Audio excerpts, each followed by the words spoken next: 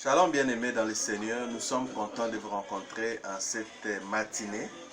Nous sommes là aujourd'hui pour partager avec vous une pensée. La Bible déclare que le nom de l'Éternel est une tour forte. Le juste s'y réfugié se trouve en sûreté. Le nom de l'Éternel est une tour forte.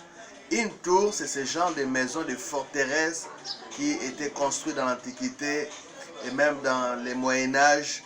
Une maison bien bâtie, bien structurée, où l'ennemi ne peut pas y entrer, l'ennemi ne peut pas en prendre possession, parce que là se réfugiaient les militaires, l'armée, lorsqu'il arrivait que sur le terrain de la bataille, ils sont vaincus.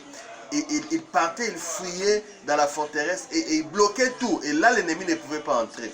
Mais ici, la Bible dit que le nom de l'Éternel est une tour forte. Le juste s'y réfugié se trouve en sûreté.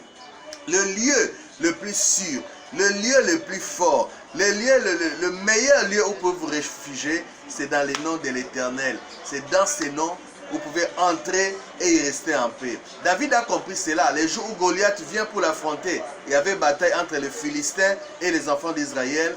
Tous les enfants d'Israël tremblaient, ils avaient peur, ils ne pouvaient pas faire front à Goliath. Mais David avait compris que l'Éternel était son refuge, l'Éternel était sa forteresse, que le nom de l'Éternel était le lieu où il pouvait se sécuriser.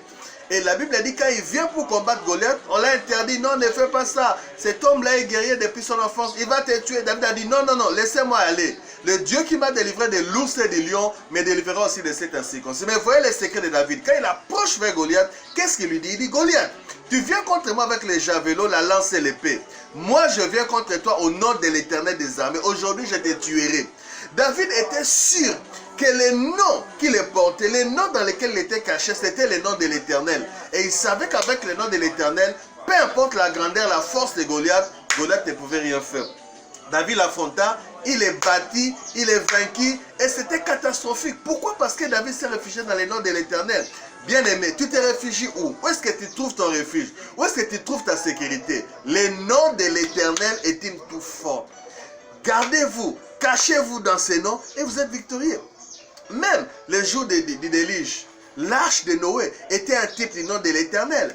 Il y avait la mort à gauche et à droite. Les grands bâtiments, les grandes maisons, l'argent, les finances, toutes les choses ne pouvaient pas sécuriser les gens. Seuls ceux qui étaient dans l'arche qui étaient sécurisés. La pluie est tombée, il y a eu la mort, les catastrophes. Ils étaient en paix, dans la quiétude, parce qu'ils étaient dans le nom de l'Éternel. Le nom de l'Éternel est votre secret de victoire. Réfugiez-vous dans ces noms et vous serez toujours gagnant. Oui, vous serez toujours gagnant. Le nom de Dieu.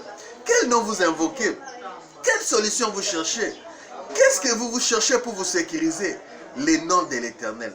Mais il y a un passage merveilleux de l'Apocalypse qui nous révèle encore un mystère si c'est. Dans la Bible dit que son nom est la parole de Dieu.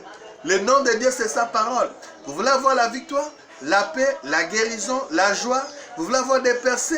Vous voulez avoir des finances? Vous voulez avoir quelque chose de bon? Le nom de l'Éternel, c'est sa parole. Réfugiez-vous dans ses paroles et vous serez vainqueurs. Que Dieu bénisse au nom de Jésus. Amen.